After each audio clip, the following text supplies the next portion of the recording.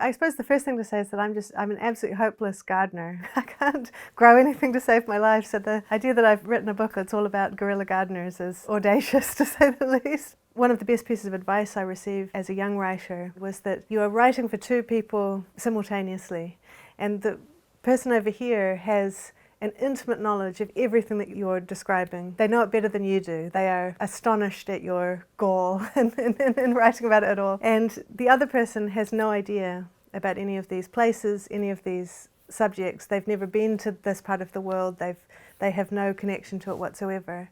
And somehow you have to write to both of those two people at the same time. How I tend to work is I do a lot of reading in the early phases to build up a sense of authority about my subject matter. Because I was dealing with a lot of characters who are leftists, I needed to familiarize myself with the kind of language that they would use and the ways that they would think and what would annoy them and what wouldn't, as well as just a whole lot of practical research about what to plant when and so on. And then there's a kind of a separate strand of research that is more fiction-based, that more has to do with the form of the novel. Reading books that are doing what I want to do, and also reading books that I know are doing the opposite of what I want to do, or I know that I'm going to hate, in order to get a kind of confidence about the urgency of the artistic project of the book. And then the actual writing begins quite late in the process in a way. I think I probably read for about 2 years before I committed anything to paper, and went through, I don't even know how many versions of the first page, maybe 20 or 30 different beginnings. All of which just were hopeless in some way, and I would get very cross and stage some domestic disturbance with my partner, which was very unkind, unfair. And then once the book gets going, I'm very methodical about it, that I always begin from the beginning and work my way to the end. So the end is always the last thing I write. And at every point I'm cycling back and reading everything from the beginning. I never draft, I kind of polish as I go. And that feels very important to me, because my sense of it is that through drafting often you can lose a sense of what the reader's experience is. Whereas if you work very slowly from the beginning, you always are sure of having the reader in your hand, because you know it as much as they know at every point. And I feel very strongly that a novel, maybe almost more than any other art form, it's about this very personal relationship between the book, the writer through the book, and the reader. There's only ever one other person on the end of the line. I'm incredibly lucky in that my husband reads all of my work. During the course of a novel like this one, he has read every version of every chapter multiple times. And so it often feels quite strange at the end of it. It's almost like within our marriage we've had all of these other characters who've also been kind of a part of our relationship. And they've become very real to us in the sense that we know what any one of them would say in a certain circumstance. We know what they would do. We know what they did, because we were there when they did it. We also fight a lot about the book.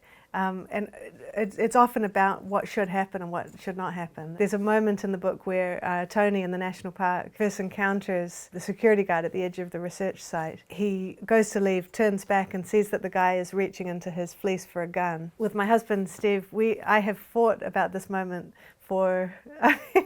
this has become, it's kind of like a 2-year fight between us about whether he should have really seen a gun, whether guns would indeed be visible, about what kind of harness he would be wearing. It has just been so bitter. There have been many kind of late night, kind of tearful shouting matches about this one little episode. In terms of advice for young writers, I think I could only really speak out of my own experience, which is that I've been tremendously helped as a writer through conversations about the practical concerns of writing. And so my biggest piece of advice is just to find a friend, really. It's to find somebody whose advice you trust and who has the patience and kindness to read your work and allow you to read theirs if they're a writer as well. And to kind of feel your ideas get shaped in that way through conversation. Confidence and doubt are both very necessary in an artist's life and a writer's life. And at certain points in your life, confidence is what you need, and other points in your life, doubt is what you need. And learning how to keep those two things in balance, I think, is very difficult. It's one thing that I found very difficult about the pandemic, not being able to have enough kind of positive social experiences that would temper my inner critic, or I suppose my inner the voice I have inside that kind of tells me that I'm not doing a good job as a human being. And so because that voice got too loud, I found myself in a position where I suddenly thought, hang on a second, the way that you talk to yourself in the mirror every day is kind of awful. I have very strong feelings about first and third person, as anyone who has kind of spent a late night at a bar will know. First person can be a little bit of a trap. You identify so closely with the main character often that your other skills kind of don't get pulled into play in the same way. And for a young writer who's in training in the third person gives you a much better ability to control that, I think, and to see what you want to withhold and what you want to reveal. In order to be a good fiction writer, I think you have to be very interested in human psychology, and that includes your own in a very, very fundamental sense. Drama is all about conflict, so it's kind of stated truism. And to understand what your relationship with conflict is as a person is actually very useful as a fiction writer, because the way that you approach conflict in your emotional life will probably kind of come out in some way on the page. I think that one thing that you see a lot of as a student and teacher of creative writing is how kind of uncomfortably revealing people's fictions are. There's that Freudian idea that when you dream, every person in your dream is you.